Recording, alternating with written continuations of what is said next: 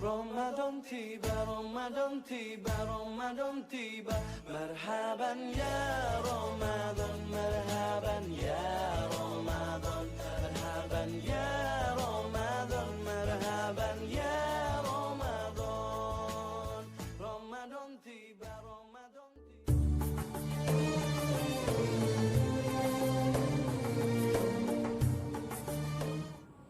أعوذ بالله من الشيطان الرجيم.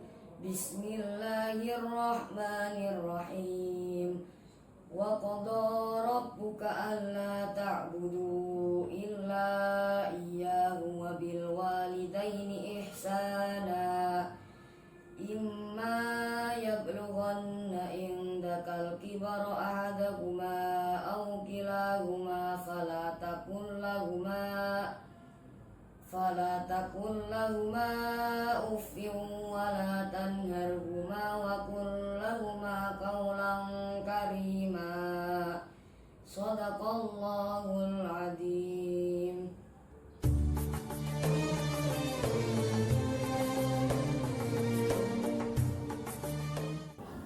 Assalamualaikum warahmatullahi taala wabarakatuh. Sahabat santri yang budiman, alhamdulillah kita bisa berjumpa kembali di segmen bersama. Kali ini saya akan menerangkan tentang hadis yang tadi dibacakan oleh teman kita, yaitu Al-Isra ayat 23, di mana di dalam surat ini terdapat beberapa poin penting yang perlu kita pahami dan juga diaktualisasikan di dalam kehidupan kita masing-masing.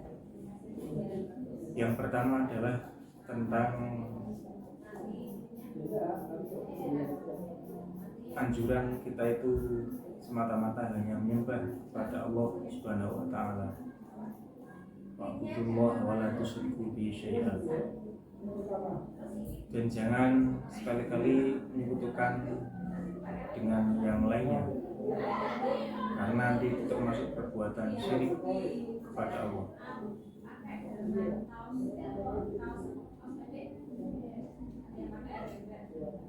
Yang kedua, di dalam surat tersebut ada anjuran supaya kita itu untuk taat kepada Allah, selalu mengikuti perintah Allah dan selalu menjauhi larangan Allah.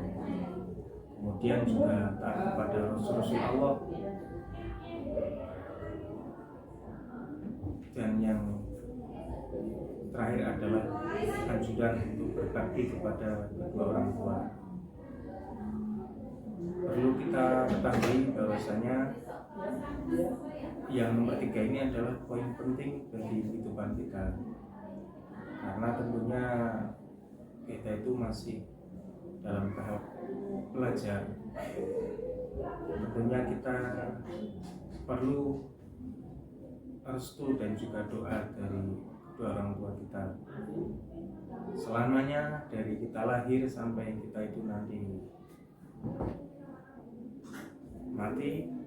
Tetap kita meminta restu dan juga doa dari orang tua, sehingga selayaknya sesuai dengan ayat ini kita disuruh untuk berbakti kepada kedua orang tua sepanjang ayat, tidak ada batasannya, seperti yang dicontohkan oleh sahabat Uwais Al-Qarni. Beliau termasuk pemuda yang sangat menjaga kehormatan orang tuanya, berbakti kepada kedua orang tua, soleh, dan juga taat kepada Allah Subhanahu wa taala. Sehari-harinya dilalui dengan penuh hikmah dan juga suatu hasanah. Suatu ketika sahabat Uwais Al-Qarni itu diperintahkan ibunya untuk menemui baginda Nabi Muhammad SAW di Madinah. Berangkatlah dengan segera sahabat Uwais Al-Qarni menuju ke Nabi Muhammad. Sesampainya di Madinah, ternyata baginda Nabi sedang berangkat perang, sehingga sahabat Uwais tidak berhasil menemui baginda Nabi. Namun karena sebelum berangkat dia dipesani oleh ibunya untuk segera pulang ketika sampai di Madinah, meskipun dirinya belum bertemu dengan baginda Nabi, karena dia terngiang pesan daripada ibunya, sehingga dia bergegas langsung pulang ke rumahnya, hanya titip salam kepada putrinya Nabi Muhammad, yaitu Sayyidah Fatimah. Karena sahabat Uwais benar-benar memegang teguh terhadap apa yang diberitakan oleh kedua orang tuanya. Ada lagi, yaitu yang dicontohkan oleh sahabat Muawiyah, ketika beliau itu ingin sekali mengikuti di medan perang, karena mungkin ini adalah perang yang pertama kali akan dijalaninya, sementara usia beliau itu masih tergolong muda, sehingga sahabat Muawiyah pergi atau berusuhan kepada baginda Nabi untuk meminta izin kepada beliau apakah dirinya itu boleh ikut berperang di dalam menegakkan i'la kalimatillah. Sesampainya di hadapan baginda Nabi, kemudian baginda Nabi itu bertanya kepada Muawiyah, "Wahai Muawiyah, apa kamu memiliki orang tua?" Nabi berkata kepada Muawiyah. Lantas Muawiyah menjawab, "Iya baginda Nabi, saya memiliki seorang ibu." Kemudian baginda Nabi berkata lagi kepada Muawiyah, "Kalau begitu kamu tidak usah ikut perang. Temanilah ibumu, rawatlah dia sampai akhir hayatmu. Itu malah lebih baik bagimu." Mendengar jawaban Nabi adalah begitu, maka Muawiyah tidak jadi ikut perang dalam menegakkan agama Islam, karena beliau memang betul-betul berpegang terhadap perkataan baginda Nabi, dan serta memang beliau menjalankan birrul walidain. Inilah yang sesuai dengan kandungan di dalam surat Al-Isra. Jangan sekali-kali kita itu meremehkan kepada kedua orang tua. Di bawahnya lagi juga ada kutipan yang tersirat, yaitu jangan sekali-kali kita membantah ataupun berkata kasar kepada kedua orang tua kita, terutama terlebih kita adalah sebagai para pelajar.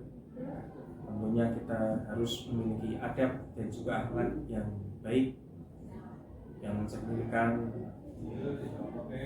tentang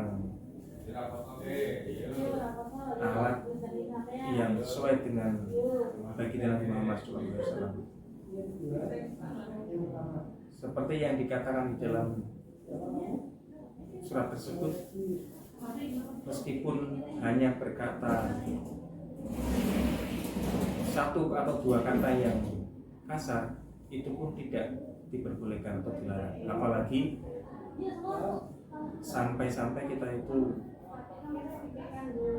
lebih daripada 2 suku kata yang keluar dari lisan kita sampai membentak, bahkan kadang naudzubillah sampai memukul.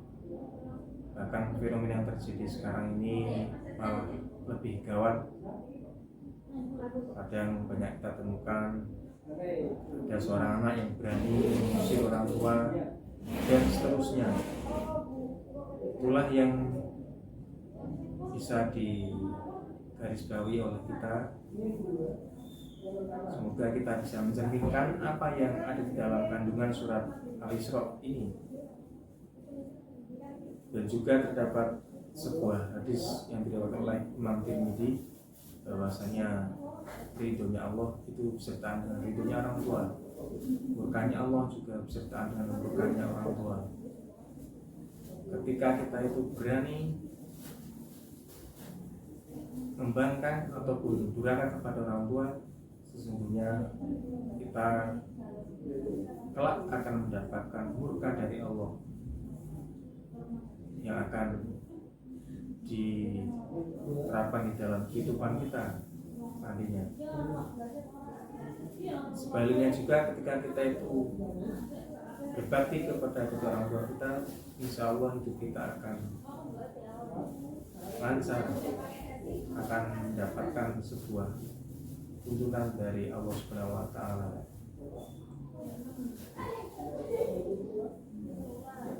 Semoga kita semua bisa meniru apa yang dicontohkan di dalam sahabat Muawiyah dan juga sahabat Uwais Al-Qarni, di mana peran kedua orang tua kita itu sangat penting bagi kehidupan kita.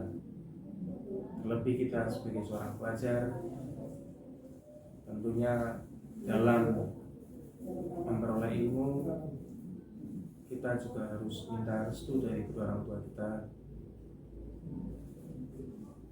minta doa supaya kita bisa berhasil di dalam mencapai cita-cita yang kita inginkan kelak nanti. Mungkin itu saja yang bisa kami sampaikan. Adapun kurang lebihnya minta maaf. Assalamualaikum warahmatullahi taala wabarakatuh.